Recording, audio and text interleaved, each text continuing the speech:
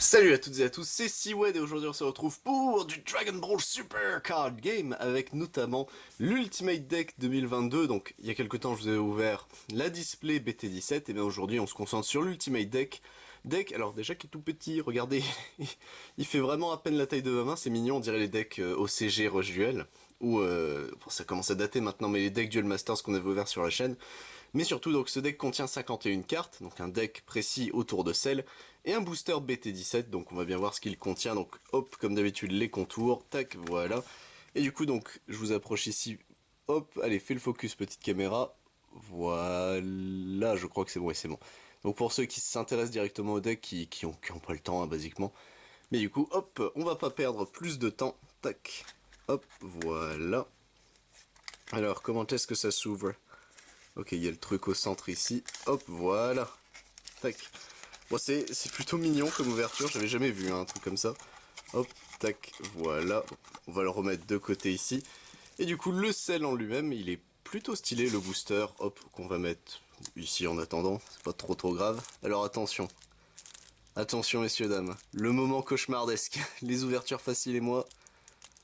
Hop, je crois qu'elle est là. Si j'arrive à la voir. Non, j'ai pas réussi. Au secours! Vite! Alternative numéro 2. Hop, allez, tu peux le faire, je peux le faire, nous pouvons le faire, messieurs, dames. Apparemment non, je n'y arriverai pas, j'en ai marre. Pourquoi les ouvertures faciles, ça marche jamais avec moi? C'est... Je pense vraiment que les ouvertures faciles, c'est juste un bait, en fait. C'est toujours des mensonges. En fait, si vous voyez, il est là. Je sais pas si en le tournant, on le verra bien. Ah, là, si, on le voit. Mais il est là, mais... il est là, mais... Apparemment, moi, j'ai pas le droit. C'est jamais pour moi, les ouvertures faciles, hein, de toute façon. Hop, tac, allez, veux-tu? Oui, c'est bon, j'ai... Non! J'ai pas réussi à bien le dépioter. Si, c'est bon, j'ai réussi à le reprendre. Ok, c'est bon. On va pouvoir se concentrer dessus, tac. Alors, messieurs, dames. Donc on va se concentrer sur les nouvelles cartes, les reprints, etc. Ça, je les skip, mais vous avez l'habitude à force. Hop, tac. Du coup, nous avons un sel, ici donc un sel EX2001. Activation principale, une fois par tour, placez un android depuis votre main sous cette carte, pardon. Piochez une carte, choisissez une carte leader de combat adverse avec un coût d'énergie de 3 ou moins et mettez-le KO, c'est plutôt sympa. Et en éveil, quand votre total de points de vie est de 4 ou moins, ou qu'il y ait 3 cartes ou plus sous cette carte, vous pouvez piocher une carte, passer une de vos sources d'énergie en mode action, rajouter à votre main des cartes de vos points de vie jusqu'à en avoir 5, et retourner cette carte de l'autre côté, d'accord. Et de l'autre côté, du coup, c'est le retour en forme de la forme ultime.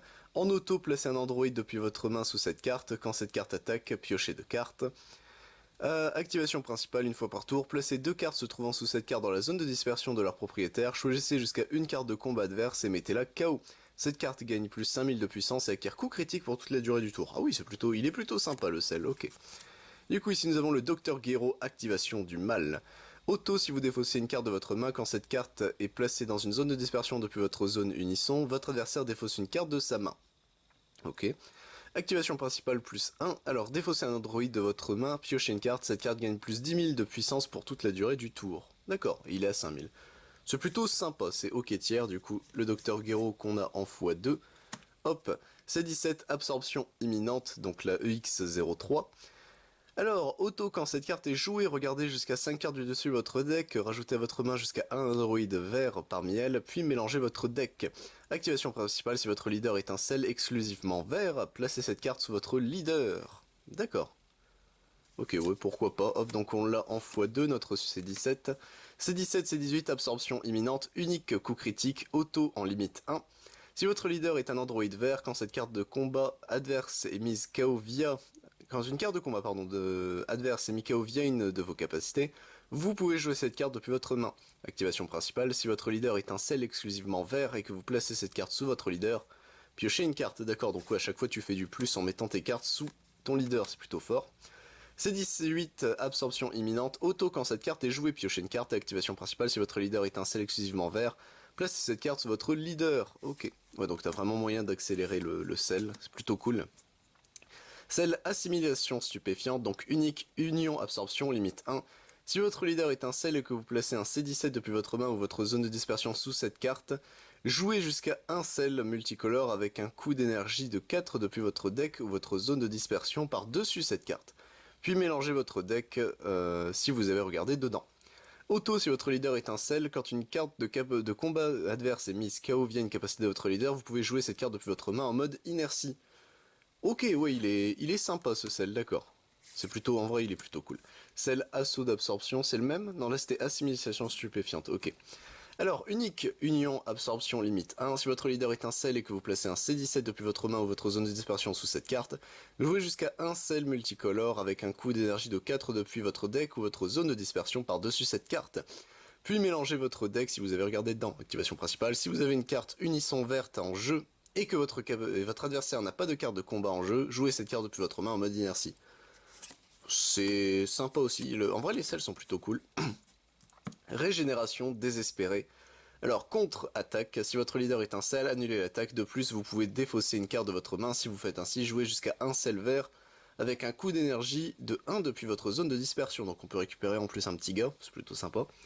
Activation principale pour 4 dons de verre. Si votre leader est un sel, jouez jusqu'à un sel Xeno se trouvant sous votre leader ou jusqu'à un sel vert avec un coût d'énergie de 7 ou 8 se trouvant sous votre leader. D'accord, donc tu peux techniquement cheat summon tes sels comme ça, ok, c'est plutôt sympa. Sel torrent sans fin, donc il coûte 8 justement. Alors, fuite d'énergie, bloqueur, évolution 3 sur C18. Permanent, si cette carte quitte votre zone de combat via une capacité adverse, vous pouvez placer 2 cartes se trouvant sous cette carte dans la zone de dispersion de leur propriétaire à la place. Activation combat, une fois par tour, si votre leader est un sel et que vous placez une carte se trouvant sous cette carte dans la zone de dispersion de son propriétaire, passez cette carte en mode action. D'accord, ouais, tu peux retaper du coup, ok, c'est plutôt sympa.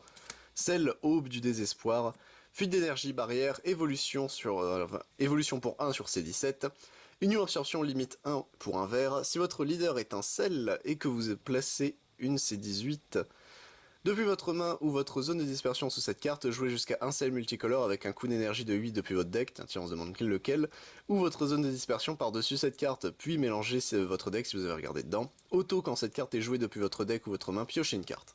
Et du coup, vu que c'est un sel qui coûte 4, ok, c'est cohérent avec le reste. Et du coup, là on passe sur les reprints, du coup un sel, la force parfaite, ici qu'on a en x2. Boule foudroyante, elle est beaucoup reprint hein, cette carte. C18, vitesse éclair bionique, ici en x4, ok. Freezer méchant charismatique de la BT10, tac.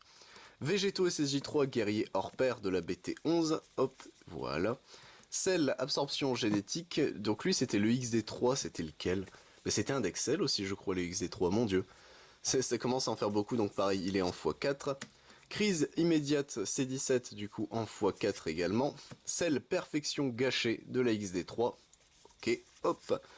Celle perfection retrouvée, toujours pareil de la XD3, hop. Et enfin nous avons les clones meurtriers en reprint. Et bah écoutez messieurs, qu'est-ce que je pense du deck? Il est vraiment cool. En vrai il me donnerait presque envie de rejouer à DBS avec autre chose qu'un appât, pour ceux qui savent. Mais le deck, en vraiment, on le prend, on peut jouer, je pense qu'il peut... Est-ce qu'il sera méta? En vrai, je pense qu'il peut mettre des gros claquos, mais est-ce que ce sera méta? Ça, malheureusement, je ne sais pas. Puisque DBS, je collectionne plus que je ne joue. Faudrait demander à des plus experts que moi. Mais je pense qu'en vrai, le deck est plutôt sympa. Hop, et du coup, messieurs, dames, notre petit booster BT17 pour terminer la vidéo. Donc, hop, je vous rappelle ce qu'on est 664 cartes. Allez, on peut tenter une super rare au moins. Je me dis, allez, c'est pas trop demandé en soi. J'ai le droit, non? Hop, tac, les boosters chewing-gum, hein, toujours de Bandai, c'est toujours un plaisir. Hop, tac, voilà. Et bah écoutez, messieurs, dames, on est parti avec ici Piccolo, puissance de Nail. Super Mira, préparatif de combat. Virus, destruction déterminée. Invasion de l'Empire sombre. Lude, puissance époustouflante. Général Rild, prêt à fusionner. Couleur, frère le plus puissant de l'espace. Métal couleur, multiplication infinie. C20, absorbeur d'énergie. Robot guerrier, modèle de production de masse. Trunks, le début de l'aventure. Et derrière nous avons C17 et C18, énergie illimitée. En spécial rare, bah écoutez, on va pas... Non, c'est juste une SR classique? Ah, j'ai un doute. Non, je crois que c'est une SR classique. Mais elle est très très belle. Alors C17, C18, énergie limitée, fuite d'énergie, déflexion, réplique, permanent. Si votre leader est une armée du ruban rouge bleu, annulez la capacité fuite d'énergie de cette carte dans toutes les zones. Ça c'est plutôt sympa. Auto, quand cette carte est jouée, choisissez jusqu'à une carte de combat de votre adversaire avec un coût d'énergie supérieur ou égal au nombre de sources d'énergie et placez-la au-dessous du deck de son propriétaire. C'est plutôt sympa. Activation principale, limite 1, un bleu, un vert. Si votre leader est bleu ou vert, jouez cette carte depuis votre main ou vos sources d'énergie. D'accord, ça c'est plutôt fort. En vrai, bah pour le Dexel, en vrai il est plutôt sympa je trouve ce C17, C18. Donc écoutez messieurs dames, c'est tout pour cette ouverture. Hop, j'espère vous retrouver pour d'autres vidéos, que ce soit évidemment sur du Dragon Ball Super, mais aussi sur du Bakugan, du Digimon Card Game, du Final Fantasy TCG, du Pokémon, du Yu-Gi-Oh, Rush Duel ou du Magic the Gathering. C'était Siwed. A plus tout le monde.